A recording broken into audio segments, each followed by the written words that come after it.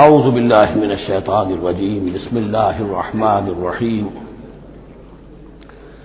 الطلاق مرتان فامساک بمعروف او تسریح باحسان صدق اللہ العظیم۔ پچھلی نشست میں جو مضامین آئے تھے ان میں سے ایک کے بارے میں مجھے احساس ہوا کہ میں نے ایک بات شروع کی تھی لیکن نامکمل رہ گئی۔ آیت الاختلاف کے بارے میں نے عرض کیا تھا کہ وحدت ادیان کے فلسفے کا ایک جز صحیح ہے، ایک غلط ہے۔ صحیح جز کی وضاحت تو ہو گئی کہ یہ تمام جتنے بھی دنیا میں مذاہب ہیں اور دین ہیں یہ سب اسی دین حق سے نکلی ہوئی شاخیں ہیں۔ دین حق سے پگڈنڈیاں مڑی ہیں، صراط مستقیم سے پگڈنڈی مڑی ہے، کوئی بہت دور نکل گئی اور اس کا یوں سمجھیے کہ پہچانی ہوئی صورت بھی پہچانی نہیں جاتی، اتنی دور ہو گئی کہ اس کا اس دین حق کے ساتھ اب کوئی رشتہ نظر ہی نہیں آتا۔ کچھ اتنے دور نہیں ہوئے، قدر قریب رہے، لیکن سب کی بنیاد ایک ہے۔ ظاہر بات ہے کہ حضرت آدم کی نسل سے بات شروع ہوئی ہے، حضرت آدم کی اولاد ایک ہی امت تھی، یہ تفرقے جو بھی ہوئے بعد میں ہوئے ہیں۔ تو وحدت ادیان اس اعتبار سے صحیح ہے کہ دنیا میں تمام ادیان، تمام نظام، تمام مذاہب جو ہیں وہ در حقیقت ایک ہی دین حق کی بگڑی ہوئی شکلیں ہیں، بدلی ہوئی شکلیں ہیں، لیکن اسی سے نکلی ہوئی شاخیں ہیں جنہوں نے شکلیں اپنی بدل لی ہیں۔ غلط حصہ یہ کہ اب جو یہ سب کچھ موجود ہے ان کو ایک کہنا یہ جہالت ہے۔ اب ان کو ظاہر بات ہے کہ ان کی شکلیں اتنی ہو چکی ہیں مختلف ایک دوسرے سے، اور اتنی ان میں تحریفات ہو چکی ہیں، اتنا تغیر و تبدل ہو چکا ہے کہ اب ان کو ایک کہنا موجودہ شکل میں یہ در حقیقت فتنہ ہے اور جہالت ہے۔ دوسری بات جو آخری مضمون آیا تھا 28ویں رکوع میں، دیکھیے اس کی ایک تمہید ہے، وہ سمجھ لیجئے انسانی تمدن کا اہم ترین اور بنیادی ترین مسئلہ کیا ہے۔ تمدن کا ایک ہے انسانی زندگی کا مسئلہ۔ انسانی زندگی کا سب سے پہلا مسئلہ وہی ہے کہ جو حیوانی زندگی کا بھی ہے، اپنی مادی ضروریات، پیٹ کھانے کو مانگتا ہے، سب سے پہلے یہی ہے، اس میں کوئی شک نہیں۔ لیکن اس کے بعد جب دو انسان ملتے ہیں اور اس سے تمدن شروع ہوتا ہے، اس کا سب سے بڑا مسئلہ ہے انسان کی شہوت۔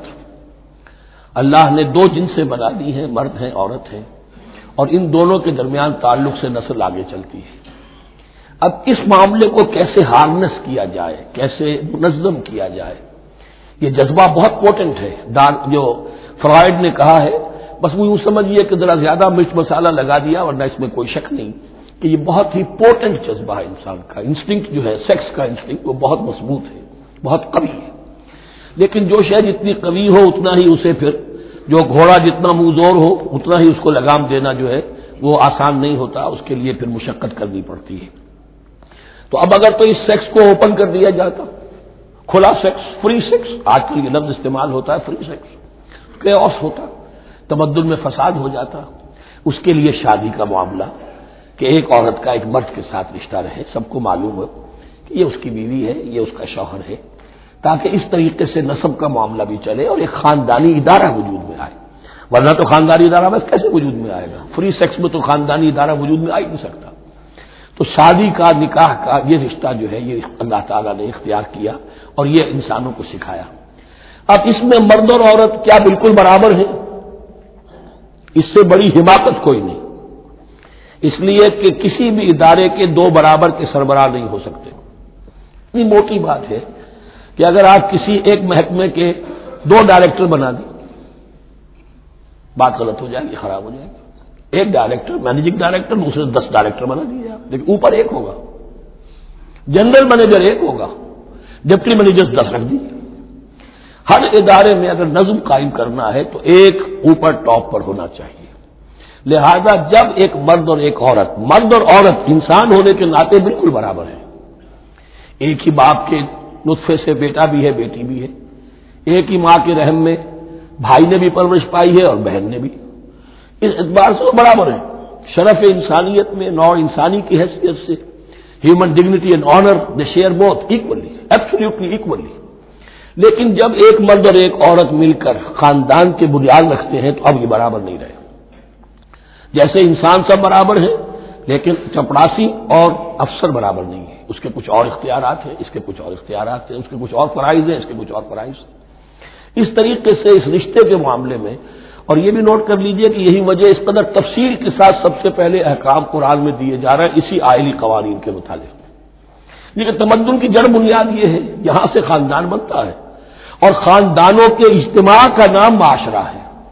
خاندان کا نظام، اب ہمارا پاکستانی جو معاشرہ ہے، اگر ہماری 14 کروڑ تعداد ہے اس وقت، 7 افراد ایک خاندان کے اگر آپ شمار کر لیں تو آپ سمجھیے اتنے خاندان ہماری دنیا میں اس وقت موجود ہیں. 2 کروڑ خاندان ہیں، ان خاندانوں پر مشتمل ہے. خاندان کا ادارہ مستحکم ہوگا، معاشرہ مستحکم ہو جائے گا. خاندان کے ادارے میں صلاح ہوگی، فلاح ہوگی، معاشرے میں صلاح و فلاح آئے گی. وہاں فتور ہوگا، فساد ہوگا، بے چینی ہوگی، ظلم ہوگا، ناانصافی ہوگی، وہاں کنفلکٹس ہوں گے، میاں اور بیوی میں جھگڑے ہو رہے ہوں گے تو اولاد کی پھر وہاں تربیت صحیح نہیں ہو سکتی، ان کی تربیت میں منفی چیزیں شامل ہو جائیں گی. تو یہ ساری چیزیں جس کی وجہ سے بڑی تفصیل سے قرآن مجید میں احکام دیے گئے ہیں آئلی قوانین. ان میں جہاں تک یہ معاملات ہے، طلاق کا معاملہ ہے، اس میں برابر نہیں ہے. شادی کرنے میں عورت کو بھی حق ہے، وہ شادی سے انکار کر دے، جبر نہیں کیا جا سکتا. ایک مرتبہ وہ نکاح میں آ گئی ہے تو اب شوہر کا پلڑا بھاری ہے. شوہر اسے طلاق دے سکتا ہے، اگر ظلم کے ساتھ دے گا اللہ کے ہاں جواب دہی کرے گا اور سب پکڑ ہو جائے گی، لیکن اختیار ہے. وہ خود طلاق نہیں دے سکتی، البتہ طلاق حاصل کر سکتی ہے خلا جسے ہم کہتے ہیں. وہ عدالت کے ذریعے سے، بڑوں کے ذریعے سے، رشتہ داروں کے ذریعے سے خلا کرے، لیکن طلاق دینے کا حق اس کو برابر نہیں ہے مرد کی طرح. اسی طرح اگر ایک طلاق دی تھی مرد نے اور اب یہ عدت پوری نہیں ہوئی ہے، وہ بؤولتہن احق بردہن، اب وہ کہے تو نے طلاق دے دیا، میں تیرے گھر میں بسنے کو تیار نہیں ہوں، نہیں. اختیار مرد کا ہے، عدت کے اندر 3 مہینے کے اندر وہ اس کو واپس لے سکتا ہے. اس کو طلاق رجعی کہتے ہیں. یہ تمام چیزیں ایسی ہیں کہ بہرحال خواتین کو اچھی نہیں لگتی. اور آج کی دنیا میں تو جو یہ مرد و عورت کی مساوات کا سلسلہ ہے، یہ شیطان کا سب سے بڑا فلسفہ اور معاشرے میں فساد اور گندگی پیدا کرنے کا اس کا سب سے بڑا ہتھیار ہے. اور اب جو کچھ رہی صحیح اقدار ہماری ایشیا کے ممالک جو ہیں، زیادہ تر مسلمان ممالک ہیں، ان میں خاندانی نظام کی جو بچی کھچی شکل رہ گئی ہے اس کو برباد کرنے کے لیے یہ قاہرہ کانفرنس اور بیجنگ کانفرنس، اس ایشیا کا گھیراؤ دونوں طرف سے، مشرق سے اور مغرب سے، کہ عورت کو آزاد کرو، عورت کو اٹھاؤ، ایمینسیپیشن کے نام پر، آزادی کے نام پر، اور مردوں عورت کی مساوات کے نام پر، تاکہ خاندانی نظام ٹوٹ کر رہ جائے جیسے کہ ان کے ہاں ٹوٹ چکا ہے. خاندانی نظام نے، یہ کلنٹن صاحب نے کہا تھا اپنے سال 9 کے میسج میں کہ عنقریب ہماری قوم، امریکن نیشن، بہت جلد اس کی اکثریت حرامزادوں پر مشتمل ہوگی. بورن آؤٹ آف ویڈ لاک، وہ کسی شادی کے نکاح کے نتیجے میں کوئی وجود میں نہیں آئے ہیں، زنا کے نتیجے میں وجود آئی بھی قوم ہوگی. 1 پیرنٹ فیملی رہ گئی ہے، ماں ہی باپ ہے اور وہی ماں ہے، اور وہ دونوں وہ جانتے ہی نہیں. اب وہاں بڑی ایک مہم اٹھ رہی ہے کہ ہر انسان کا حق ہے کہ اسے معلوم ہو کہ میرا باپ کون ہے. وہاں تو بہت سے لوگ پتہ ہی باپ کون ہے میرا، کیا پتہ. یہ تباہی ہے جو اس معاشرے پر آ چکی ہے، اور ہمارے ہاں بھی لوگ اسی معاشرے کی نقالی پر چل رہے ہیں. اور یہ نظریہ مساوات مرد و زن جو ہے یہ بہت ہی یوں سمجھیے کہ تابناک اور بہت اچھے الفاظ کے ساتھ سامنے آ رہا ہے. البتہ اس کا دوسرا رخ بھی ہے. اسلام نے عورت کو جو حقوق دیے ہیں بدقسمتی سے ہم مسلمانوں نے وہ بھی ان کو نہیں دیے. اس کی وجہ یہ ہے کہ ہمارے اوپر ہمارا ہانٹ کر رہا ہے ہمارا ہندوانہ پس منظر. ہندوؤں کے معاشرے میں عورت کی کوئی حیثیت نہیں، نہ اس کی وراثت کا حق ہے، نہ وہ بیوہ ہو جائے تو جینے کا حق تھا اس کو، وہ تو پھر ستی ہو جانا چاہیے اس کو، اس کے لیے تو زندگی کا حق بھی نہیں ہے. وراثت تو بہت دور کی بات رہی، کوئی پراپرٹی کا کوئی سوال نہیں، کسی طرح کی کوئی حیثیت نہیں، کوئی لیگل اینٹی نہیں. لیکن ہم مسلمان تو ہو گئے، ہمارے آباء و اجداد، تربیت ہوئی نہیں، لہذا ہمارے اوپر وہی تصورات ہیں. عورت کو جو ہے پاؤں کی جوتی کی طرح سمجھنا، یہ جو کچھ ہم کر رہے ہیں ان کے جائز حقوق بھی انہیں نہیں دیتے. اس کے نتیجے میں ہم جو مغرب کا ہم پر حملہ ہے اس کو مؤثر کرنے میں گویا ہم مدد دے رہے ہیں. اگر ہم اپنی خواتین کو وہ حقوق نہیں دیں گے، اگر ان کے لیے جو اللہ نے جو مقرر کیا ہے وہ انہیں نہیں دیا جائے گا، تو ظاہر بات ہے کہ رد عمل میں پھر جو یہ نعرے ہیں اور بڑے خوشنما جو دعوت اٹھتی ہے وہ لازماً انہیں کھینچ کر لے جائے گی. تو اس طرف بھی خیال رکھیے. اور ہمارے ہاں دیندار گھرانوں میں خاص طور پر یہ بات ہوتی ہے، اس کو سمجھنا چاہیے کہ عورتوں کے کیا حقوق ہیں، ان کی دلجوئی کتنی کرنی چاہیے. حضور نے کیا فرمایا ہے؟ خیرکم خیرکم لأہلہ وانا خیر لأہلی، خیر منکم لأہلی. تم میں سے بہترین لوگ وہ اپنے گھر والوں کے لیے اچھے ہوں، بہترین لوگ وہ ہیں. ان کے حقوق کا لحاظ ہو، ان کے ساتھ سلوک ہو، ان کی دلجوئی ہو، ان کے احساسات کا بھی پاس کیا جائے۔ البتہ جہاں شریعت کا دین کا معاملہ آ جائے، نتھنگ ڈوئنگ، سیدھی سیدھی بات، یہ تلوار کی طرح آپ ننگے ہو جائیں اس وقت کہ یہ معاملہ دین کا ہے، اس میں میں تمہاری کوئی رعایت نہیں کر سکتا۔ ہاں میرے معاملات کے اندر جو بھی تم چاہو میں نرمی کروں گا، یہ ہو سکتا ہے۔ بس اس کو ذہن میں رکھیے، یہ کڑوی گولی ہے۔ وَلَهُنَّ مِثْلُ الَّذِي عَلَيْهِنَّ بِالْمَعْرُوفِ وَلِلرِّجَالِ عَلَيْهِنَّ دَرَجَةٌ۔ اب درمیان کے الفاظ کو تو جدید جو ہمارے ہیں دانشور وہ لے لیتے ہیں، اوپر کا نہیں دیکھتے کہ بَعُولَتُهُنَّ أَحَقُّ بِرَدِّهِنَّ، برابری کہاں رہی؟ شادی کرتے ہوئے برابری ہے، عورت کہہ سکتی میں شادی نہیں کرتی، شادی نہیں ہوگی، اس وقت برابری ہے، دونوں کی رضامندی سے شادی ہوگی، یہ برابری ہے۔ لیکن جب ایک مرتبہ بیوی بن گئی اب برابر نہیں ہے۔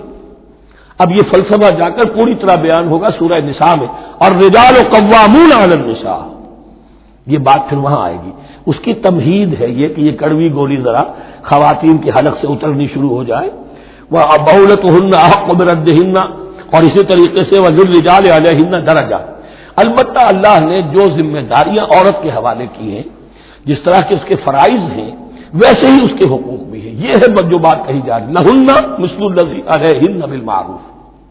اور یہ دنیا کا وہ اصول ہے کہ responsibilities and privileges they go together. کہیں آپ کا اگر ذمہ داری زیادہ تو حقوق اور اختیارات بھی زیادہ ہوں گے۔ ذمہ داری بہت ڈال دی، حقوق و اختیارات اتنے ہیں نہیں، آپ ذمہ داری ادا نہیں کر سکتے۔ جہاں ذمہ داری کم ہوگی وہاں حقوق و اختیارات بھی کم ہوں گے۔ یہ دونوں چیزیں پروپورشنیٹ چلتی ہیں۔ اب چلیے آگے، مجھے اندیشہ ہے کہ میں نے خاصا وقت اس میں لگا دیا۔ الطلاق مرتان، طلاق دو مرتبہ ہے، یعنی ایک شوہر کو دو مرتبہ طلاق دے کر اور رجوع کر لینے کا حق ہے۔ ایک دفعہ طلاق دی اور عدت کے اندر رجوع کر لیا، ٹھیک ہے، پھر طلاق دی اور عدت کے اندر رجوع کر لیا، ٹھیک ہے، تیسری مرتبہ طلاق دی اب رجوع نہیں کر سکتا۔ الطلاق مرتان، دو مرتبہ ہو سکتا ہے۔ فَإِمْسَاكٌ بِمَعْرُوفٍ أَوْ تَسْرِيحٌ بِإِحْسَانٍ، اب اس کے بعد فیصلہ کرو، یا تو روکو اس کو اپنے گھر میں تو وہ بھی نیکی کے ساتھ، بھلائی کے ساتھ، تنگ کرنے کے لیے نہیں، پریشان کرنے کے لیے نہیں، اور تسریح بِإِحْسَان، یا رخصت کر دینا ہے اچھے بھلے طریقے سے، بھلے مانسوں کی طرح خوبصورتی کے ساتھ۔ روکو تو بھلائی کے لیے، اور اگر رخصت کرنا ہے تو خوبصورت انداز میں۔ وَلَا يَحِلُّ لَكُمْ أَن تَأْخُذُوا مِمَّا آتَيْتُمُوهُنَّ شَيْئًا، اور تمہارے لیے ہرگز جائز نہیں ہے کہ جو کچھ تم نے انہیں دیا تھا اس میں سے کچھ بھی واپس لو۔ جو بھی تم نے انہیں مہر دیا تھا اس میں سے کچھ واپس نہیں لے سکتے جب تم طلاق دے رہے ہو۔ ہاں اگر عورت طلاق مانگے تو اسے اپنے مہر میں سے کچھ چھوڑنا پڑے گا، یہ دوسری بات ہے، لیکن جب بر طلاق دے رہا ہے تو پھر وہ نہیں روک اس کو اس میں سے جو بھی کچھ دیا ہو۔ یہاں تک کہ آیا ہے کہ اگرچہ تم نے ان کو احداہن قنطارا، سونے کے ڈھیر دیے ہوں، ان میں سے بھی کچھ نہیں لے سکتے واپس۔ وَلَا يَحِلُّ لَكُمْ أَن تَأْخُذُوا مِمَّا آتَيْتُمُوهُنَّ شَيْئًا إِلَّا أَن يَخَافَا أَن لَّا يُقِيمَا حُدُودَ اللَّهِ، البتہ اگر وہ دونوں یہ سمجھیں کہ ہم حدود اللہ کو قائم نہیں رکھ سکیں گے۔ مراد کیا ہے کہ فیملی لائف کے ضمن میں جو اللہ نے احکام دیے ہیں، جو آداب ہیں، جو ان کے مقاصد ہیں، وہ ہمارے مابین اتنی موافقت مزاجی نہیں ہے کہ ہم ساتھ چل سکیں۔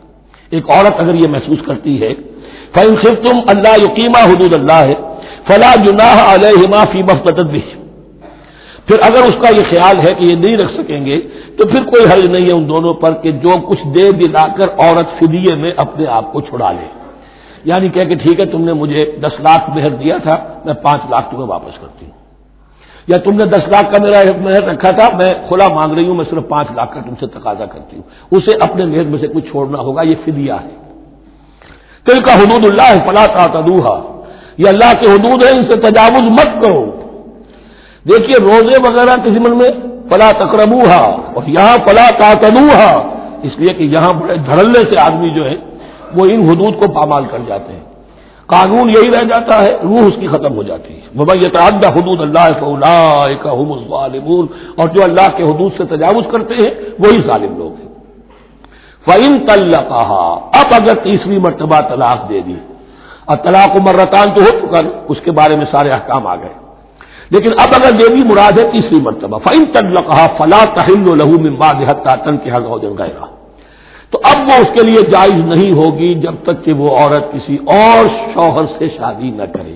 اس کو حلالہ کہتے ہیں، لیکن یہ حلالہ کروانا یا کرنا اور کسی کے ساتھ یہ معاہدہ کرنا تم شادی کر لو پھر طلاق دے دینا، اس پر لعنت فرمائی ہے، حضور نے لعنت فرمائی ہے۔ اور ہمارے ہاں علم میں آتی ہے، یہ بات سننے میں آتی ہے کہ بہت سے علماء نے اس کو دھندا بنا رکھا ہے۔ حلالہ مولوی مشہور ہیں مختلف شہروں کے اندر، فَإِن طَلَّقَهَا فَلَا تَحِلُّ لَهُ مِن بَعْدُ حَتَّىٰ تَنكِحَ زَوْجًا غَيْرَهُ فَإِن طَلَّقَهَا، پھر اگر وہ بھی دوسری شادی کی دوسری جگہ پر، اس عورت نے اس شوہر سے بھی نہیں بنی، اس نے بھی طلاق دے دی، فَلَا جُنَاحَ عَلَيْهِمَا أَن يَتَرَاجَعَا، تو اب کوئی گناہ نہیں ہوگا ان دونوں پر کہ وہ رجوع کر لے، پہلے سابق شوہر سے شادی کر لے۔ یعنی عورت کو شاید عقل آ گئی ہو، کوئی اسی کی زیادتی تھی کہ پہلے شوہر کے ہاں بس نہیں سکی، اب دوسری مرتبہ کا تجربہ ہو گیا تو اس کے کان ہو گیا کہ کوئی غلطی میری ہی ہے، اب شاید دوبارہ وہ اپنے شوہر کی طرف، سابقہ شوہر کی طرف رجوع کرنا چاہے تو اس کی اجازت ہے۔ ان ظنا یقیما حدود اللہ، اگر ان کو یہ یقین ہو کہ وہ اللہ کے حدود کی پاسداری کر سکیں گے، اللہ کے حدود جو ہے احکام شریعت، ان کو بہرحال مد نظر رکھنا ہے اور فائق رکھنا ہے۔ وَتِلْكَ حُدُودُ اللَّهِ يُبَيِّنُهَا لِقَوْمٍ يَعْلَمُونَ، اور یہ وہ حدود ہیں اللہ کے جن کو وہ واضح کر رہا ہے، کھول کھول کر بیان کر رہا ہے ان لوگوں کے لیے کہ جو علم حاصل کرنا چاہیں۔ ترجمہ یہ ہوتا ہے عام طور پر جنہیں علم حاصل ہے، اصل میں کسی وقت فعل کو طلب فعل کے معنی میں استعمال کیا جاتا ہے عربی زبان میں، یعلمون جو جاننا چاہیں، جن کے اندر طلب ہے علم کی۔ وَإِذَا طَلَّقْتُمُ النِّسَاءَ فَبَلَغْنَ أَجَلَهُنَّ، تو جب تم لوگ اپنی بیویوں کو طلاق دو اور پھر وہ اپنی عدت پوری کر لیں، فَأَمْسِكُوهُنَّ بِمَعْرُوفٍ أَوْ سَرِّحُوهُنَّ بِمَعْرُوفٍ، تو اب چاہو تو روکو انہیں لیکن معروف طریقے سے، اور چاہو تو انہیں رخصت کر دو وہ بھی اچھے طریقے پر۔ وَلَا تُمْسِكُوهُنَّ ضِرَارًا لِتَعْتَدُوا، اور دیکھو ایسا نہ کرو کہ تم روکو انہیں تنگ کرنے کے لیے۔ اچھا ذرا اس کی میں اور خبر لوں گا رجوع کر کے، ذرا اگر تو طلاق ہو گئی تو آزاد ہو جائے گی، غصہ اتنا چڑھا ہوا ہے کہ ابھی وہ غصہ ٹھنڈا نہیں ہوا ہے، رجوع کر رہا ہے اس لیے کہ اسے اور پریشان کروں، اسے اور تکلیفیں پہنچاؤں۔ تو اب یہ کیا ہوا، قانون تو اجازت دے رہا ہے لیکن تم نے قانون کا مذاق اڑایا، تم نے اللہ کی دی ہوئی اس اجازت کا ناجائز استعمال کیا۔ ہاں اگر بسانے کا واقعی ارادہ ہو گیا ہے تو ضرور تم رجوع کر لو، رجوع کا حق تمہیں ہے، لیکن اگر یہ نہیں ہے، پریشان کرنا ہے، فلا تمسکوہن ولا تمسکوہن ضرارا لتعتدوا، ضدہ ان پر زیادتی کرنے کے لیے، ستانے کے لیے۔ ومن یفعل ذلک فقد ظلم نفسہ، اور جو کوئی بھی یہ کام کرے گا اس نے اپنی جان پر ظلم ڈھایا۔ ولا تتخذوا آیات اللہ ہزوا، اور دیکھو اللہ کی آیات کو مذاق اور کھیل نہ بنا لو، ٹھٹھا نہ بنا لو۔ یہ اچھی طرح جان لیجیے، law is law and there can be law which has no flaw, flawless law is impossible. اس لیے تقوی، اللہ کا خوف ہر جگہ پر بار بار، ورنہ تم اللہ کی شریعت کا تماشا بنا دو گے، ٹھٹھا بنا دو گے۔ ولا تتخذوا آیات اللہ ہزوا واذکروا نعمت اللہ علیکم، اور یاد کرو، ذکر کرو، شعور کرو اللہ کے انعامات کا جو تم پر ہوئے ہیں۔ وما انزل علیکم من الکتاب والحکمت، اور جو اس نے نازل فرما دی ہے تم پر اپنی کتاب، اپنی شریعت اور حکمت، یعظکم بہ، اس کے ذریعے سے تمہیں نصیحت کر رہا ہے، سیدھا راستہ بتا رہا ہے۔ واتقوا اللہ، اللہ کا تقوی اختیار کرو۔ واعلموا ان اللہ بکل شیء علیم، اور جان لو کہ اللہ تعالیٰ کو ہر چیز کا حقیقی علم حاصل ہے۔ وَإِذَا طَلَّقْتُمُ النِّسَاءَ فَبَلَغْنَ أَجَلَهُنَّ فَلَا تَعْضُلُوهُنَّ أَن يَنكِحْنَ أَزْوَاجَهُنَّ إِذَا تَرَاضَوْا بَيْنَهُم بِالْمَعْرُوفِ، اور جب تم اپنی عورتوں کو طلاق دے دو پھر وہ اپنی عدت پوری کر لیں تو مت آڑے آؤ اس میں کہ وہ عورتیں پھر نکاح کر لیں اپنے سابق ازواج سے، اذا تراضوا بینہم بالمعروف، جبکہ وہ آپس میں رضامند ہو جائیں بھلے طریقے پر۔ یعنی اگر طلاق مغلظ نہیں ہے، دیکھیے ایک طلاق ہوتی ہے بائن، پہلی طلاق دوسری طلاق، یہ جب تک عدت ختم نہیں ہوئی طلاق رجعی کہلاتی ہے، جس کے دوران شوہر کو رجوع کرنے کا حق ہے۔ عدت پوری ہو گئی، اب یہ بائن ہو گئی، اب شوہر اور بیوی کا جو رشتہ ہے ٹوٹ گیا۔ اب اگر نکاح ہوگا تو دوبارہ ہوگا، اس میں عورت کی مرضی کو دخل ہے۔ عدت کے اندر عورت کی مرضی کو دخل نہیں ہے، لیکن عدت کے بعد اب عورت کو اختیار ہے، اب تو نکاح ثانی ہوگا، سوائے طلاق مغلظ کے۔ تیسری طلاق اگر ہو گئی ہے تو پھر جب تک اس کا نکاح کسی اور سے نہ ہو جائے، وہ بھی طلاق دے دے تو ان کے درمیان نکاح نہیں ہو سکتا۔ گویا کہ یہ دو طلاقوں کے بعد اگر پھر یہ لوگ جبکہ طلاق بائن ہو چکی ہو، وہی عورت وہی مرد پھر نکاح کرنا چاہیں تو اب تم آڑے مت آؤ۔ ہوتا کیا ہے، عورت کے بھائی ہیں، اب انہیں غصہ چڑھا ہوا، اس بدماش نے یہ کچھ کیا تھا، اس نے تمہیں ایسے ایسے ستایا تھا، اس نے یہ کیا تھا، اب تمہیں ہم شادی نہیں کرنے دیں گے اس کے ساتھ. نہیں، یہ کام تمہارا نہیں ہے. اگر وہ اذا تراضوا بینہم، اگر وہ باہم راضی ہو جائیں تو تم اب ان کے آڑے مت آؤ. بالمعروف ذالک یوعظ بہ من کان منکم یؤمن باللہ والیوم الآخر، یہ وہ چیزیں ہیں جن کی نصیحت کی جا رہی ہے تم میں سے ان کو جو واقعتاً ایمان رکھتے ہو اللہ پر اور یوم آخر پر. ان کے اندر ایمان ہی نہیں ہے، ان کے لیے یہ سارا جو ہے بحث کے آگے بین بجائے جاؤ کیا حاصل ہے؟ وہ تو پھر اس کو کوئی فائدہ نہیں پہنچے گا. ذالک یوعظ بہ من کان منکم یؤمن باللہ والیوم الآخر ذالکم ازکی لکم واطہر، یہ طریقے جو ہیں تمہارے لیے زیادہ پاک ہیں، زیادہ عمدہ ہیں. واللہ یعلم وانتم لا تعلمون، اللہ جانتا ہے تم نہیں جانتے. اپنی عقل کو مقدم نہ رکھو، یہ اللہ کا علم ہے. اسی نے عورت کو بنایا، اسی نے مرد کو بنایا. اسے مرد بھی عزیز ہے، عورت بھی عزیز ہے. الخلق عیال اللہ، حضور نے فرمایا تمام مخلوق اللہ کے کنبے کے مانند ہے. اللہ کو تو اپنا ہر انسان مرد ہو یا عورت ہو محبوب ہے، پسندیدہ ہے، اس کی تخلیق ہے، اس کا شاہکار ہے. لیکن یہ کہ وہ جانتا ہے کہ عورت کے کیا حقوق ہونے چاہیے، مرد کے کیا ہونے چاہیے. لہذا واللہ یعلم وانتم لا تعلمون والوالدات یرضعن اولادہن حولین کاملین، اور والداؤں کے لیے، ماؤں کے لیے ضروری ہے کہ وہ اپنی اولاد کو 2 سال دودھ پلائیں پورا. اور یہ خاص طور پر یہاں تذکرہ ہو رہا ہے جب طلاق کا مسئلہ ہو. اب طلاق ہو گئی، شوہر تو علیحدہ ہو گیا، شوہر کہتا ہے بھائی میرا بچہ تو میرا ہے، قانوناً تو اولاد شوہر کی ہوتی ہے، لیکن تم اسے دودھ پلاؤ. تو 2 سال تک وہ عورت انکار نہیں کر سکتی، دودھ پلائے گی. لمن اراد ان یتم الرضاعہ، جو شخص چاہے کہ یہ رضاعت پوری کروائے اپنی سابقہ مطلقہ بیوی سے. وعلی المولود لہ رزقہن وکسوتہن بالمعروف، لیکن اس عرصے کے لیے جس کی وہ اولاد ہے یعنی شوہر جو سابق ہے اس کے ذمے ہے اس کا رزق اور اس کا لباس، جسے ہم نان نفقہ کہتے ہیں. 2 سال اگر اس نے دودھ پلانا ہے اس ماں نے، مطلقہ ماں نے اپنے طلاق دینے والے شوہر کے بیٹے کو یا بیٹی کو، تو اب اس عرصے کے دوران اس کا نان نفقہ اس کے ذمے ہے، باپ کے ذمے ہے، بالمعروف، بڑے طریقے سے. یعنی یہ کہ ایسا نہ ہو کہ ہے تو کروڑ پتی لیکن اب وہ اس کو بیوی کو مطلقہ کو وہ دینا چاہے نان نفقہ اپنی خادماؤں کی طرح کا. نہیں، وہ ہونا چاہیے معروف طریقے پر. لا تکلف نفس الا وسعها، کسی پر ذمہ داری نہیں ڈالی جاتی مگر اس کی وسعت کے مطابق. لا تضار والدۃ بولدہا، نہ تو تکلیف پہنچائی جائے والدہ کو اپنے بچے کی وجہ سے، ولا مولود لہ بولدہ، نہ جس کا وہ اولاد ہے، جس کا وہ بیٹا یا بیٹی ہے یعنی باپ، نہ اس کو تکلیف پہنچائی جائے. کوئی لا ضرر ولا ضرار، حضور کی حدیث ہے، دونوں کے ساتھ منصفانہ سلوک کیا جائے. وعلی الوارث مثل ذلک، اب فرض کیجیے وہ شخص جو تھا طلاق دینے والا وہ تو مر گیا، تو وارث کے ذمے، اس کا جو وارث ہے اس کے ذمے نان نفقہ رہے گا. اس کے اپنے مرحوم والد کی اگر اولاد اس کی کسی متعلقہ بیوی کے پاس ہے 2 سال تک دودھ پلانے کے لیے. فإن ارادہ فصالا، اب یہ بھی ہو سکتا ہے کہ وہ دونوں جو ہے کہے کہ سب میں تو دودھ نہیں پلاتی، یا یہ کہ وہ شوہر چاہے ان تراض منہما، دونوں راضی ہو جائیں کہ میں دودھ نہیں پلواتی، دودھ چھڑوا دیجیے. وتشاور، آپس میں رضامندی اور مشورے سے، فلا جناح علیہما، اس میں بھی کوئی حرج نہیں.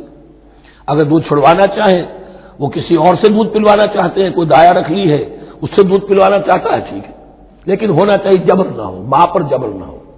ان تراض منہما، دونوں کی رضامندی سے، وتشاور، اور مشورے سے، فلا جناح علیہما، تو پھر ان دونوں پر کوئی حرج نہیں ہے. اذا سلمتم ما آتیتم بالمعروف، جب کہ تم اس کی ماں کو وہ سب کچھ دے دو جس کا کہ تم نے اسے وعدہ کیا تھا. یہ نہ ہو کہ نان نفقے کو بچانے کے لیے اب تم کہو درمیان میں کہ چھوڑو جی مجھے تو سستی عورت مل رہی ہے دودھ پلا سکتی ہے. نہیں، وہی نرق تم انتسترجعوا اولادکم فلا جناح علیکم، اگر تم چاہو کسی اور سے اب دودھ پلوانا، رضاعت کروانا، تو اس میں بھی کوئی حرج نہیں.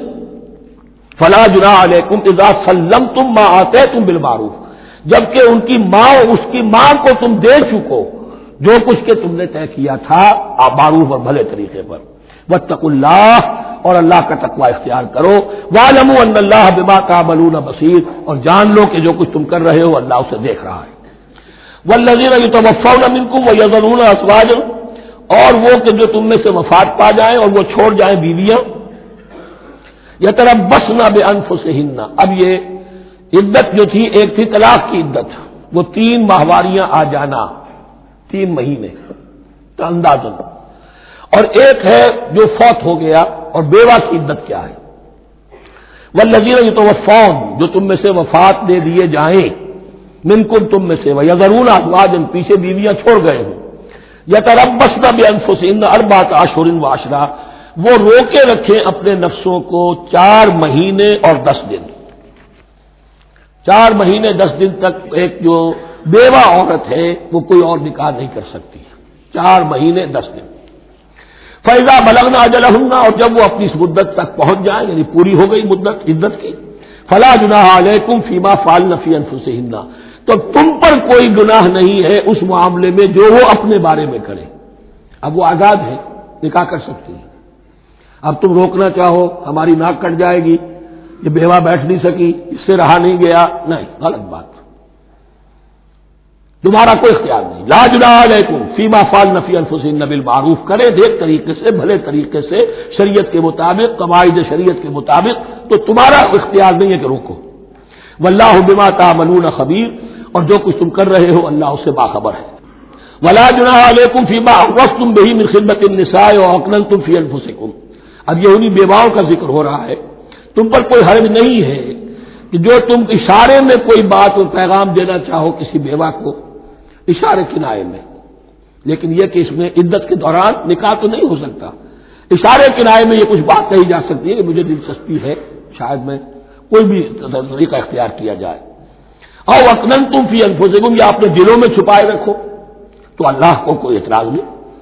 اس میں یہ کہ ظاہر بات ہے کہ ایک آدمی علم اللہ انکم ستذکرونہن، اللہ کے علم میں ہے تمہیں ان کا خیال تو آئے گا ہی، آخر یہ عورت تھی، بیوہ ہو گئی ہے، اب میں اس سے شادی کر سکتا ہوں، آپ کو رغبت ہے اس کی طرف نکاح کی، تو اب کوئی آدمی سوچے میرے دل میں خیال آ رہا ہے بیوہ کے بارے میں، میں تو گناہ گار ہو گیا، میرا دل گناہ گار ہو گیا، نہیں، یہ قانون فطرت ہے۔ علم اللہ انکم ستذکرونہن، اللہ کے علم میں ہے ان کا خیال تو تمہیں آئے گا ہی۔ ولکن لا تواعدوہن سرا، لیکن ایسا نہ کرو کہ ان سے معاہدہ کر لو خفیہ خفیہ، طے ہو جائے، بات پکی ہو جائے، سرا الا ان تقولوا قولا معروفا، سوائے اس کے کہ کوئی معروف بات کہہ دی جائے جس سے انہیں اشارہ مل جائے، بس۔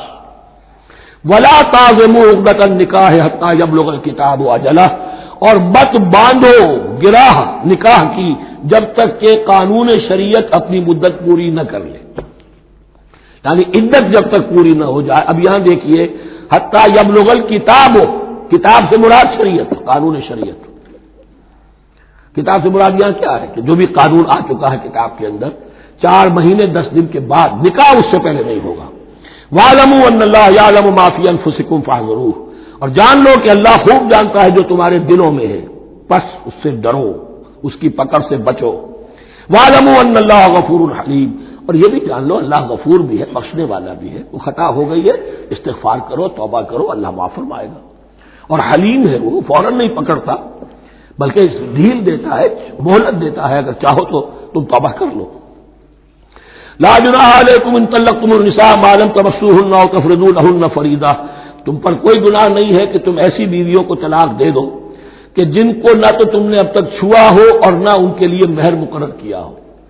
یہ ہو جاتا تھا، نکاح جو ہے بچپن میں بھی کر دیے جاتے تھے، لیکن ابھی کوئی نوبت نہیں آئی ہے، نکاح تو ہو گیا لیکن نہ کوئی مہر مقرر ہوا ہے، نہ کوئی ان کی ملاقات ہوئی ہے، تو اگر ایسا کرو گے تو تم طلاق دے سکتے ہو۔ وَمَتِّعُوهُنَّ، لیکن شرافت کا تقاضا یہ ہے کہ جو لڑکی تم سے منسوب رہی ہے، اب اگر وہ رشتہ توڑ رہے ہو تو اسے کچھ دے دلا کر، اسے کچھ نہ کچھ متاع، کچھ سامان دنیاوی دے کر۔ مَتِّعُوهُنَّ عَلَى الْمُوسِعِ قَدَرُهُ وَعَلَى الْمُقْتِرِ قَدَرُهُ، جو وسعت والا ہے، جس کو کشائش حاصل ہے، غنی ہے، وہ اپنی حیثیت کے مطابق، اور جو تنگ دست ہے وہ اپنی حیثیت کے مطابق۔ متاعًا بالمعروف، اور یہ ساز و سامان دینا جو ہے یہ بھی بھلے انداز میں ہو، ایسا نہ ہو جو خیرات دی جا رہی ہو۔ حقاً علی المحسنین، یہ حق ہے محسنین پر، یہ سمجھے کہ ہم پر اللہ تعالیٰ کی طرف سے عائد کردہ یہ ذمہ داری ہے۔ وَإِن طَلَّقْتُمُوهُنَّ مِن قَبْلِ أَن تَمَسُّوهُنَّ وَقَدْ فَرَضْتُمْ لَهُنَّ فَرِيضَةً، اور اگر دوسری شکل یہ ہے کہ تم نے طلاق دی ایسی بیوی کو کہ جس کو تم نے چھوا تو نہیں ہے، لیکن مہر مقرر ہو چکا تھا. فنصف ما فرضتم، تو اب آدھا مہر جو ہے جو تم نے فرض کیا تھا، جو طے کیا تھا، اس کا آدھا تو تمہیں دینا ہی دینا ہے. الا یعفونا، الا یہ کہ وہ معاف کر دیں، ہمیں آدھا بھی نہیں چاہیے، یا چلیے ہمیں چوتھائی دے دیجیے. اور یعفو الذی بیدہ عقدۃ النکاح، یا وہ اس کے اندر جو ہے سخاوت سے کام لے کہ جس کے ہاتھ میں نکاح کی گرا ہے. گرا تو مرد کے ہاتھ میں، وہ کھول سکتا ہے، عورت طلاق دے نہیں سکتی. لہذا کیوں نہ ایسا کرو کہ تم پورا ہی مہر دے دو. فرمایا وان تعفو، اگر تم درگزر کرو اور زیادہ دو، اقرب للتقوی، یہ تقوی سے قریب تر ہے. ولا تنسبوا الفضل بینکم، اپنے مابین احسان کرنا مت بھولو، اور اپنے مابین جو فضیلت اللہ نے تمہیں دی ہے عورتوں پر اس کو مت بھولو. تمہارا پھر ایٹیچیوڈ بھی ایسا ہونا چاہیے کہ تم اپنے بڑے ہونے کے حساب سے ان کے ساتھ نرمی کرو، ان کو زیادہ دو، ان کو جتنا بھی مہر مقرر کیا تھا اس سے بھی زیادہ دے دلا کے رخصت کرو. قانون میں تو صرف مہر ہوگا، البتہ قانون یہی ہے کہ اگر انہیں چھوا نہیں ہے، مقاربت نہیں ہوئی ہے، لیکن یہ کہ مہر مقرر ہو چکا تھا تو آدھا مہر تو لازماً دینا ہے. آدھا بھی یہ چھوڑ سکتی ہے عورت، لیکن تمہارے لیے بہتر ہے کہ تم پورا دو یا اور زیادہ دو. ان اللہ بما تعملون بصیر، یقیناً جو کچھ تم کر رہے ہو اللہ دیکھ رہا ہے. حافظوا علی الصلوات والصلاۃ الوسطی، محافظت کرو پوری طرح، چوکس ہو کر، چوکنے ہو کر تمام نمازوں کی، اور خاص طور پر صلاۃ وسطی کی. یعنی بار بار جو آ رہا ہے جان لو اللہ جانتا ہے، جان لو اللہ دیکھ رہا ہے، جو کچھ تم کر رہے ہو اللہ کی نگاہ میں ہے، جو کچھ تم کر رہے ہو اللہ باخبر ہے. یہ سارا کچھ جو ہے یہ اللہ کی یاد ذہن میں برقرار رکھنے کے لیے تمہیں نماز دی گئی ہے. 5 وقتہ تم حاضر ہو، دنیا کے کاروبار سے نکلو اور آ کر پھر عہد اللہ سے اپنا جو ہے، یہ جو حفیظ کا ایک شعر ہے، آؤ سجدے میں گرے لوح جبی تازہ کرے، سرکشی نے کر دیے دھندلے نقوش بندگی. آؤ سجدے میں گرے لوح جبی تازہ کرے. یہاں پر جو ہمارا بندگی کا نقش تھا سرکشی کی وجہ سے وہ دھندلے ہو گئے ہیں. سرکشی نے کر دیے دھندلے نقوش بندگی، آؤ سجدے میں گرے لوح جبی تازہ کریں، کہ پھر اس پر اللہ تعالیٰ کے ساتھ جو عہد کیا ہے ایاک نعبد و ایاک نستعین اسے پھر تازہ کریں. حافظوا علی الصلوات والصلاۃ الوسطی، صلاۃ وسطی کے بارے میں بہت سے اقوال ہیں، لیکن عام طور پر اس سے مراد عصر کی نماز لی گئی ہے. دن میں 2 نمازیں اس سے پہلے ہیں، فجر ہے، ظہر ہے، 2 پھر بعد میں ہے، مغرب عشاء ہے. وقوموا للہ قانتین، اور کھڑے ہوا کرو اللہ کے سامنے پورے ادب کے ساتھ. یعنی ایک تو رکوع ہے جس میں جھکنا ہے، سجدہ ہے جھکنے کی انتہا ہے، قیام بھی قنوت کے ساتھ ہو، معلوم ہو کہ ایک بندہ اپنے آقا کے سامنے کھڑا ہے. اس کے کھڑے ہونے کے انداز میں بھی معلوم ہو کہ تواضع ہے، عجز ہے.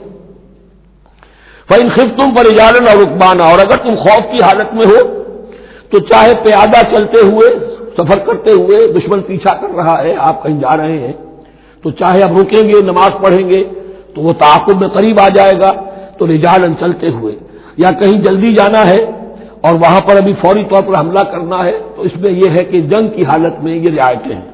چلتے ہوئے اور رکبانہ یا سوار ہونے کی حالت میں بھی نماز پڑھی جا سکتی ہے. فَإِذَا أَمِنْتُمْ، لیکن پھر جب امن میں ہو جاؤ، فَاذْكُرُوا اللَّهَ كَمَا عَلَّمَكُمْ، پھر اللہ کو یاد کرو جیسے کہ تمہیں اس نے سکھایا ہے. کس نے سکھایا ہے؟ محمد الرسول اللہ نے. صلو کما رأیتمونی اصلی، نماز پڑھو جیسے کہ تم مجھے دیکھتے ہو میں نماز پڑھتا ہوں. وہ ہے اللہ کا سکھایا ہوا. اس لیے کہ یہ بھی ثابت ہے روایات سے کہ حضرت جبرائیل نے آ کر حضور کو نماز پڑھائی ہے. 2 دن پڑھائی ہے.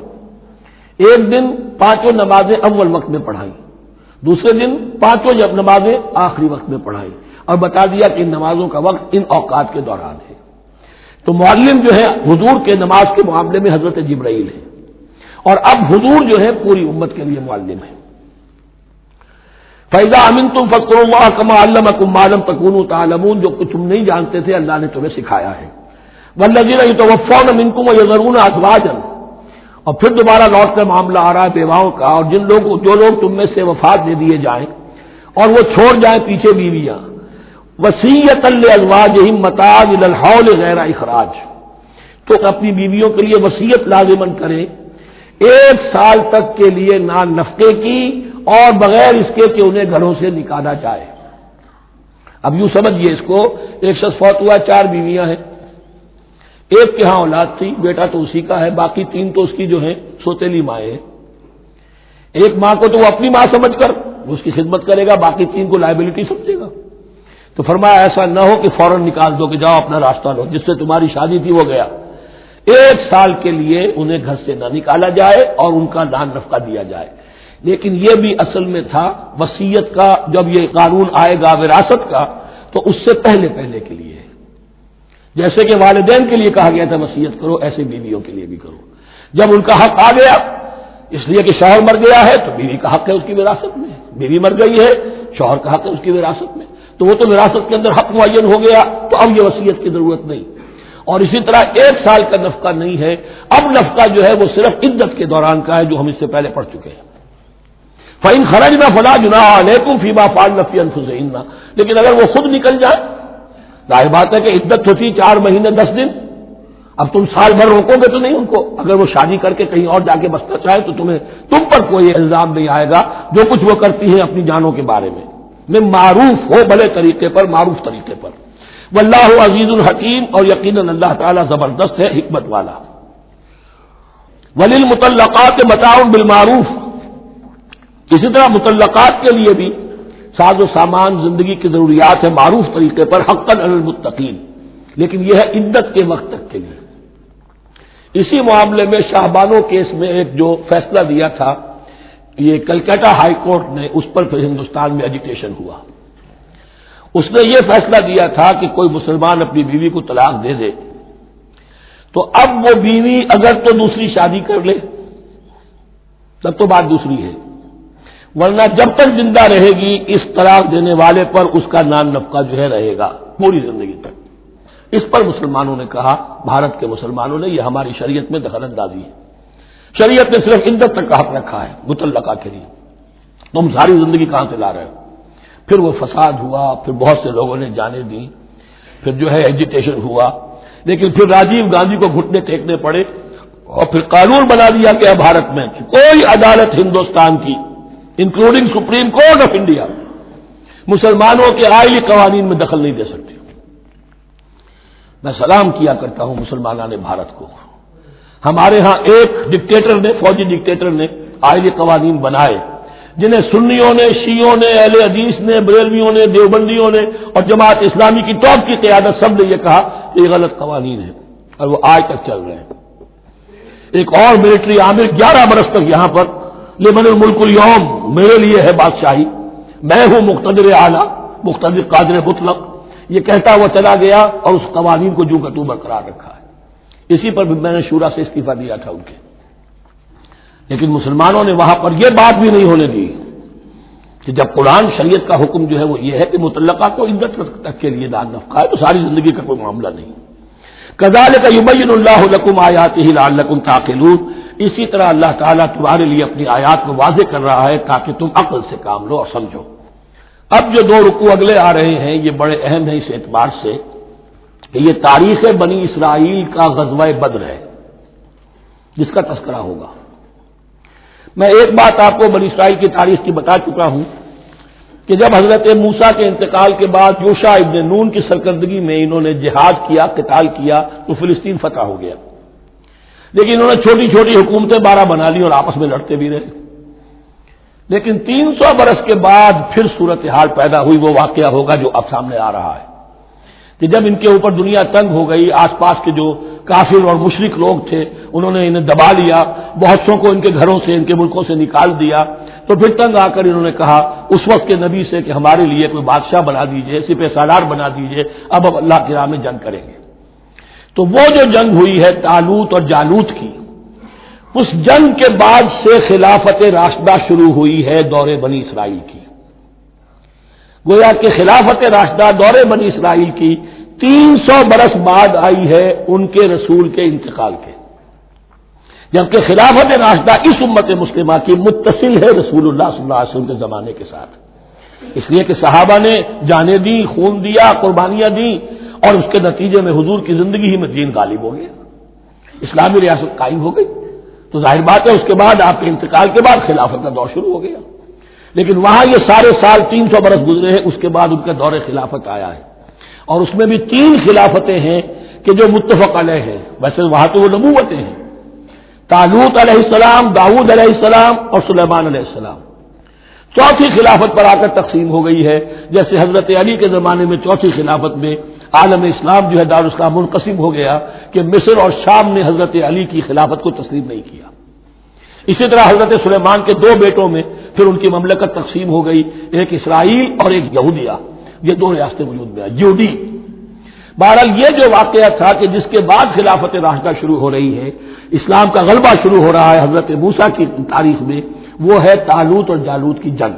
اس کے لیے اب یہاں پر تذکرہ ہو رہا ہے، اور یہ بھی ایک آئینہ دکھایا جا رہا ہے صحابہ کرام کو، اب یہی مرحلہ تمہیں درپیش ہے۔ غزوہ بدر آیا چاہتا ہے، آئینہ، coming events cast their shadows before, تمہیں پہلے سے بتایا جا رہا ہے۔ الم تر الی الذین خرجوا من دیارہم، کیا تم نے غور نہیں کیا ان لوگوں کے حال پر کہ جو نکل گئے اپنے گھروں سے، وہم الوف، جبکہ وہ ہزاروں کی تعداد میں تھے، حذر الموت، موت کے ڈر کی وجہ سے، یعنی جب کفار اور مشرکین نے غلبہ کر لیا ان پر اور بہت سے ملکوں سے یہ بھاگے اپنے ملک چھوڑ کر، فقال لهم اللہ موتوا، تو اللہ نے ان سے کہا کہ مر جاؤ، ثم احیاہم، پھر انہیں زندہ کیا۔ یہاں یہ بھی ہو سکتا ہے مراد کہ فی الواقع یہ عمل ہوا ہو، اور یہ بھی مراد ہو سکتا ہے جیسے قوم مر جاتی ہے لیکن پھر اس کا نشأت ثانیہ ہو جاتی ہے، پھر اللہ نے ان کے اندر ایک جذبہ پیدا کر دیا۔ یعنی یہاں پر مرنا اور احیا جو ہے وہ معنوی ہو، روحانی ہو، اخلاقی ہو، وہ بالفعل جسدی نہ ہو، لیکن اللہ کے اختیار سے باہر نہیں، اس کی قدرت میں ہے، سب کو مار کر بھی دوبارہ جلا سکتا ہے۔ ان اللہ لذو فضل علی الناس ولکن اکثر الناس لا یشکرون، اور یقیناً اللہ تعالیٰ تو اپنے بندوں پر بڑا فضل کرتا ہے، لیکن اکثر لوگ جو ہے شکر نہیں کرتے، ناقدری کرتے ہیں اللہ کے احسانات کی۔ لیکن اب وہ غزوہ بدر جو ہے ان کا سابقہ امت مسلمہ کا، اس کا حال بیان کرنے سے پہلے مسلمانوں سے گفتگو ہو رہی، اس لیے کہ ہے تو ساری ان کے لیے، ان کی ہدایت کے لیے۔ تاریخ بیان کرنا قرآن کا مقصد نہیں ہے، تاریخ کی کتاب نہیں ہے یہ، تو جو بھی جو پروسیس آف ریولوشن چل رہا تھا، جو جد و جہد تھی، جو تحریک تھی محمد رسول اللہ کی، جس مرحلے میں سے وہ تحریک گزر رہی ہے، اسی مرحلے کی مناسبت سے سابقہ تاریخ سے بھی واقعات لائے جا رہے ہیں، اور اسی کی مناسبت سے وہ جو بھی وقتی احکام ہے وہ دیے جا رہے ہیں۔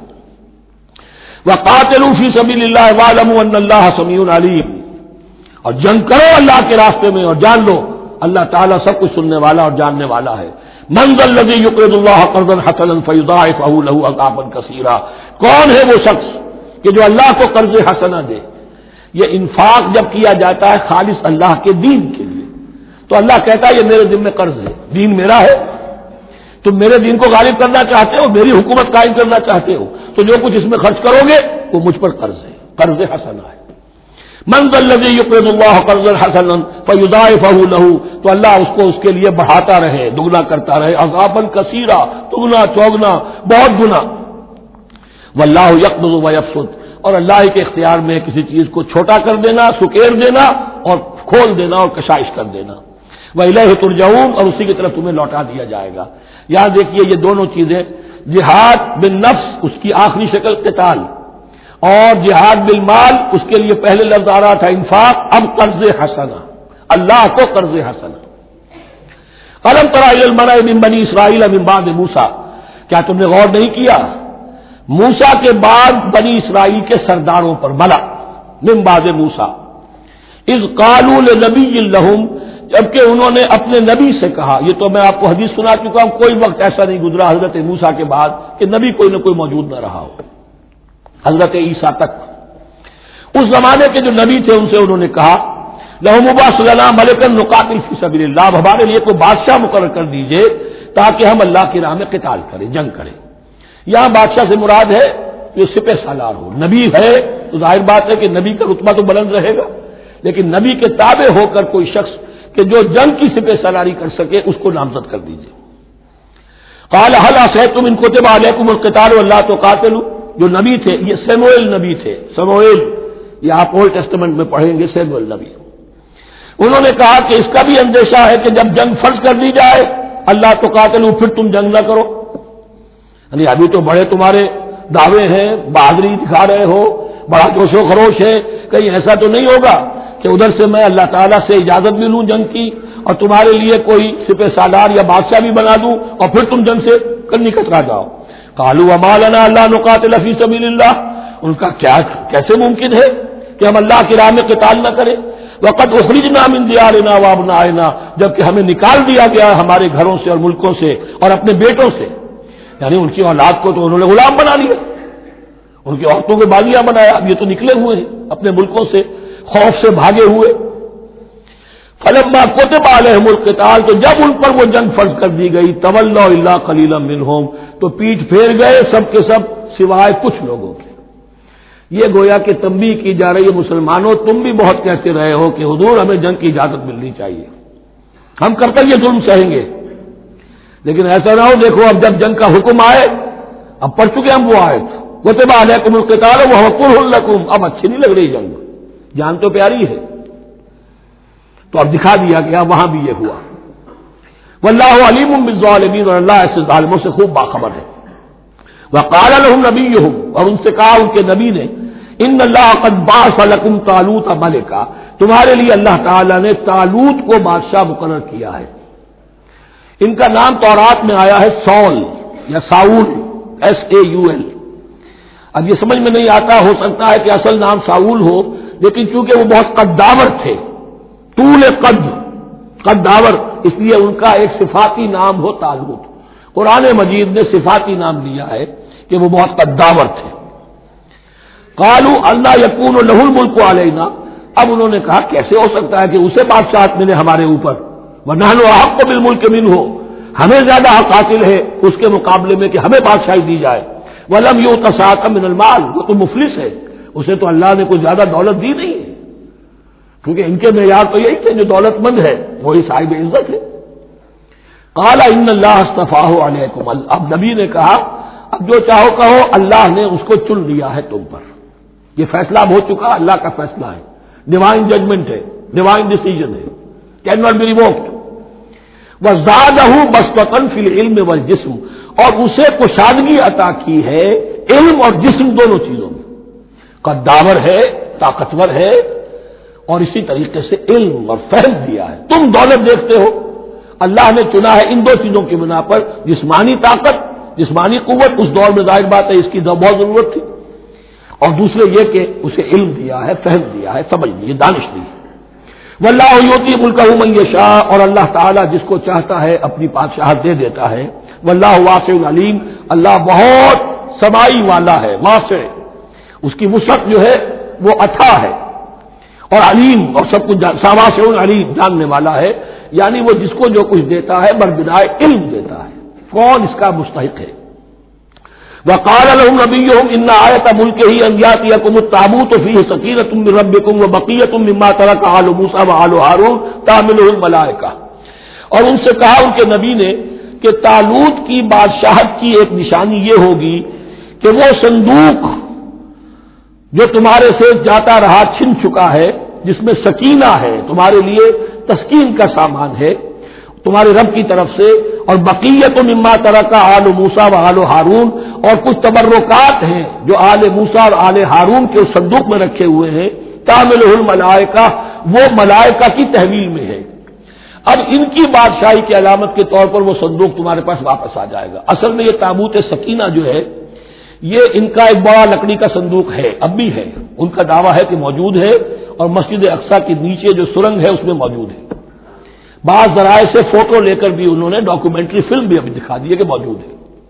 نبوکدنضر نے جب گرایا تھا 586 قبل مسیح میں، جو حضرت سلیمان کا بنایا ہوا ہیکل تھا، اس کے تہخانے میں وہ رہتا تھا، اور وہیں پر جو ربائی تھے وہاں موجود تھے، ربانیین، تو جب گرایا گیا ہے اس کو ہیکل کو تو اسی میں وہ دب گئے ہیں، لیکن وہ چاروں طرف سے جو بھی تہخانہ تھا بند ہو گیا ہوگا، اور وہاں پر ان کی لاشیں بھی ہیں اور تابوت سکینہ بھی ہے۔ لیکن ہوا یہ تھا کہ جب ان کے پڑوسی ملکوں نے انہیں شکستیں دی تو وہ تابوت سکینہ بھی چھین کر لے گئے۔ اب اس میں گویا کہ ان کے لیے بہت بڑی بات تھی کہ ان کے لیے کم سے کم ایک دل کی روحانی تسکین کا سامان تھا۔ ہمارے پاس حضرت موسیٰ کے تبرکات ہیں، عصائے موسیٰ اس میں ہے، رکھا ہوا ہے، اب بھی ہے۔ اسی طریقے سے اس میں وہ جو جن تختیوں پر تورات لکھی ہوئی دی گئی تھی حضرت موسیٰ کو، وہ موجود ہے، ان کے کہنے کے مطابق اب بھی ہے۔ تو اس طریقے سے ان کے لیے تسکین ہوتی تھی، جیسے کہ مسلمان کو خانہ کعبہ کو دیکھ کر تسکین ہوتی ہے، تو فرمایا اس میں تمہارے لیے سکینت بھی ہے اور تمہارے آل موسیٰ اور آل ہارون کے تبرکات بھی ہیں. تحملہ الملائکہ، اس وقت وہ ملائکہ کی تحویل میں ہوا یہ کہ جہاں وہ تابوت لے گئے ان کے دشمن، وہاں پلیگ آ گئی. انہوں نے سمجھا کوئی نحوست ہے اس کے اندر جس کی وجہ سے پلیگ آ گئی ہے. انہوں نے ایک چھکڑے کے اوپر اس کو رکھا اور بیلوں کو ہانک دیا، جاؤ جدھر جانا ہے. تو حضرت سموئیل نے ان سے کہا کہ طالوت کا اللہ کی طرف سے نامزد کیے جانا ایک علامت اس کی یہ ہوگی کہ وہ تمہاری تسکین کا سامان جو تم سے چھن گیا تھا ان کے عہد عمارت میں یا ان کے عہد ملوکیت میں تمہیں واپس مل جائے گا، اور وہ فرشتوں کی تحویل میں ہے. تو ایک روز وہ چھکڑا جو ہے وہ لیے ہوئے وہ تابوت ان کے ہاں پہنچ گیا. ان فی ذلک لآیۃ لکم ان کنتم مؤمنین، یقیناً اس میں تمہارے لیے نشانی ہے اگر تم ماننے والے ہو. فلما فصل طالوت بالجنود، اب جب حضرت طالوت اپنے لشکروں کو لے کر چلے، ان میں سے جو لوگ تو انکار کر گئے رہ گئے، جو لوگ چلے ساتھ ان کو لے کر چلے. قال ان اللہ مبتلیکم بنہر، انہوں نے فرمایا اپنے لشکر والوں سے اللہ تعالیٰ تمہاری ایک آزمائش کرے گا ایک نہر سے، دریا سے. یہی جو ہے جارڈن ریور جارڈن، اس کو کراس کر کے پھر حملہ کرنا تھا. فلما فصل طالوت بالجنود، تو جب طالوت اپنے لشکروں کو لے کر چلے، قال ان اللہ مبتلیکم بنہر، تو انہوں نے کہا کہ اللہ تعالیٰ تمہاری آزمائش کرے گا ایک دریا سے، یعنی دریائے اردن. فمن شرب منہ فلیس منی، جو اس میں سے پیٹ بھر کر پانی پیے گا وہ مجھ میں سے نہیں ہے. ومن لم یطعمہ فانہ منی، جو اس میں سے پانی نہیں پیے گا وہ میرا ساتھی ہے. الا من اغترف غرفۃ بیدہ، سوائے اس کے کہ کوئی صرف اپنے چلو سے کچھ وہ ایک گھونٹ لے لے. یہ اصل میں ہر کمانڈر کے لیے ضروری ہوتا ہے کہ کسی بھی بڑی جنگ سے پہلے اپنے ساتھیوں کا مورال دیکھے، ڈسپلن کی حالت دیکھے. تو جیسے حضور نے بھی غزوہ بدر سے قبل مشاورت کی تھی کہ مسلمانوں ایک لشکر آ رہا ہے جنوب سے کیل کانٹے سے لیس، اور ایک قافلہ آ رہا ہے شمال سے، اور اللہ نے ان دو میں سے ایک کا وعدہ کیا تمہیں ضرور ملے گا، بتاؤ کدھر چلے. اندازہ ہو گیا کچھ لوگ جو کمزوری دکھا رہے تھے انہوں نے کہا چلے جی پہلے قافلہ لوٹ لے، اور جو لوگ تھے باہمت انہوں نے کہا جو حضور آپ کی ارادہ جو آپ کا منشا ہو. تو یہاں بھی انہوں نے اس سے ٹیسٹ کیا ہے کہ آیا وہ میرے حکم کی پابندی کرتے ہیں یا نہیں کرتے.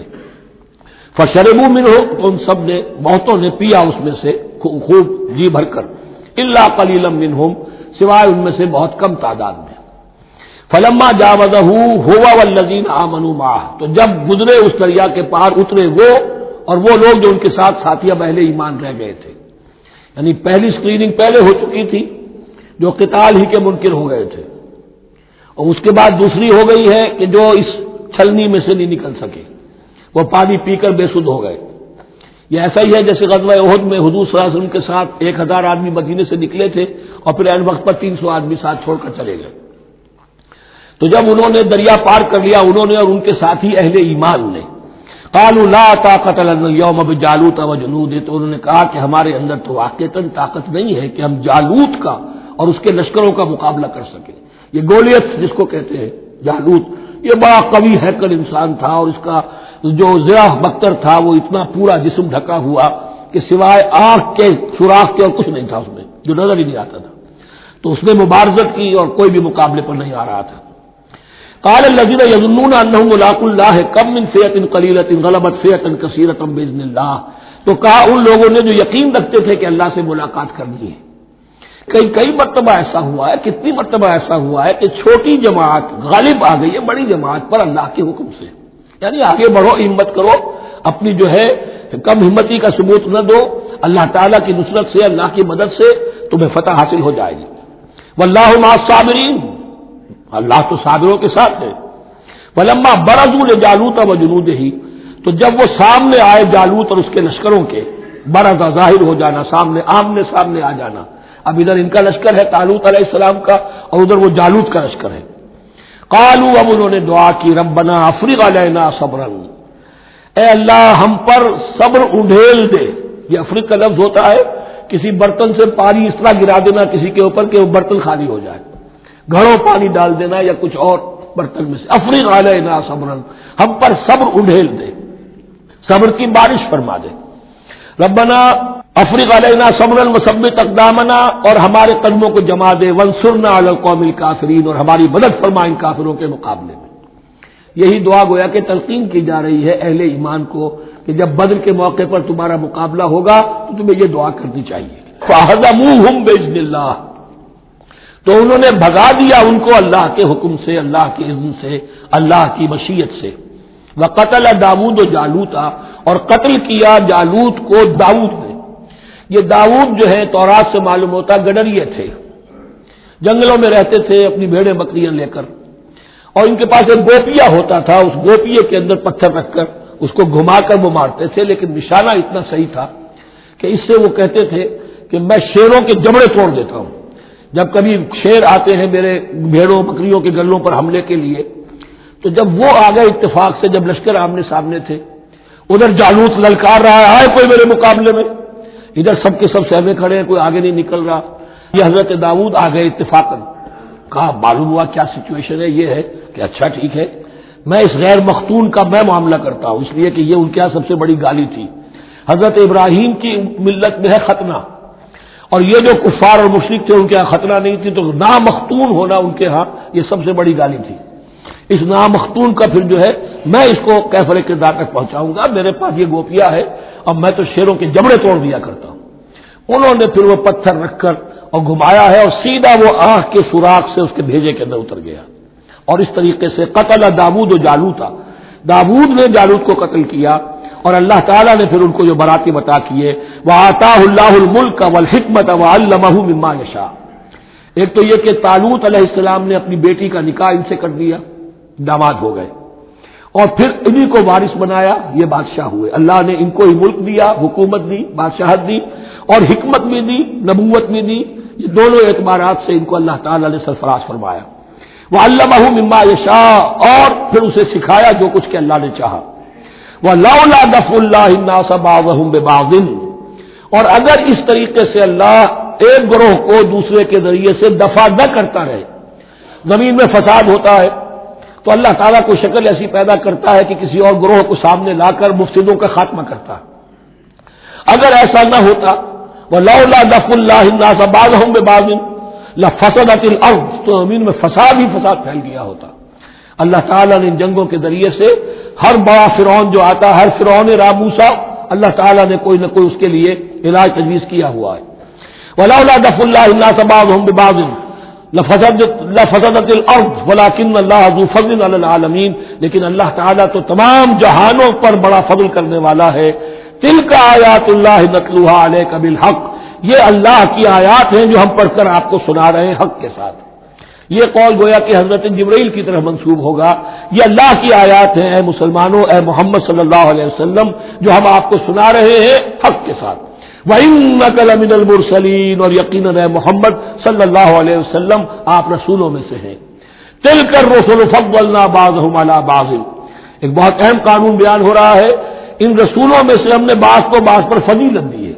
یہ میں پہلے بیان کر چکا ہوں کل، تفریق بین الرسول کفر ہے، تفضیل یہ قرآن سے ثابت ہے، کوئی افضل ہے اور کوئی مفضول ہے، کسی کو کسی اعتبار سے فضیلت ہے، کسی کو کسی اور اعتبار سے فضیلت، جزوی فضیلت ہے مختلف لوگوں کی ہو سکتی ہے، کلی فضیلت تمام انبیاء اور رسول پر محمد رسول اللہ کو حاصل ہے۔ تِلْكَ الرُّسُلُ فَضَّلْنَا بَعْضَهُمْ عَلَى بَعْضٍ مِّنْهُم مَّن كَلَّمَ اللَّهُ، ان میں سے وہ بھی تھے جن سے اللہ نے کلام فرمایا، حضرت موسیٰ علیہ السلام۔ وَرَفَعَ بَعْضَهُمْ دَرَجَاتٍ، اور بعضوں کے اور کسی اعتبار سے درجات بڑھا دیے۔ وَآتَيْنَا عِیسیٰ ابْنَ مَرْیَمَ، اور ہم نے عیسیٰ ابن مریم کو البینات بڑے کھلے معجزے دیے، وَأَیَّدْنَاهُ بِرُوحِ الْقُدُسِ، اور ان کی مدد فرمائی حضرت جبرائیل کے ساتھ۔ وَلَوْ شَاءَ اللَّهُ مَا اقْتَتَلَ الَّذِينَ مِن بَعْدِهِم مِن بَعْدِ مَا جَاءَتْهُمُ الْبَيِّنَاتُ، لیکن اللہ چاہتا تو یہ آپس میں نہ لڑتے جھگڑتے، نہ یہودیوں کی آپس میں جنگیں ہوتی، نہ یہودیوں نصرانیوں کی ہوتی، نہ نصرانیوں کے فرقے ایک دوسرے سے لڑتے۔ وَلَوْ شَاءَ اللَّهُ مَا اقْتَتَلَ الَّذِينَ مِن بَعْدِهِم مِن بَعْدِ مَا جَاءَتْهُمُ الْبَيِّنَاتُ، اس کے بعد کہ ان کے پاس واضح تعلیمات آ چکی تھی۔ وَلَٰكِنِ اخْتَلَفُوا، لیکن انہوں نے اختلاف کیا۔ فَمِنْهُم مَّنْ آمَنَ وَمِنْهُم مَّنْ كَفَرَ، ان میں وہ بھی ہیں جو ایمان لے آئیں گے اور ان میں وہ بھی ہیں جو کفر پر اڑ گئے ہیں۔ وَلَوْ شَاءَ اللَّهُ مَا اقْتَتَلُوا، اگر اللہ چاہتا ان پر لازم کر دیتا، یعنی جبرن تکوینی طور پر، تو اختلاف نہ کرتے جھگڑتے نہ۔ وَلَٰكِنَّ اللَّهَ يَفْعَلُ مَا يُرِيدُ، لیکن اللہ تو کرتا ہے جو چاہتا ہے۔ اللہ نے جو دنیا کو اس حکمت پر بنایا ہے کہ یہ دنیا کی زندگی آزمائش ہے، آزمائش کے لیے آزادی دی ہے، تو جو شخص غلط راستے پر جانا چاہے اسے آزادی ہے، جو صحیح راستے پر آنا چاہے اسے آزادی ہے۔ بارک اللہ لی ولکم فی القرآن العظیم ونفعنی وإیاکم بالآیات والذکر الحکیم۔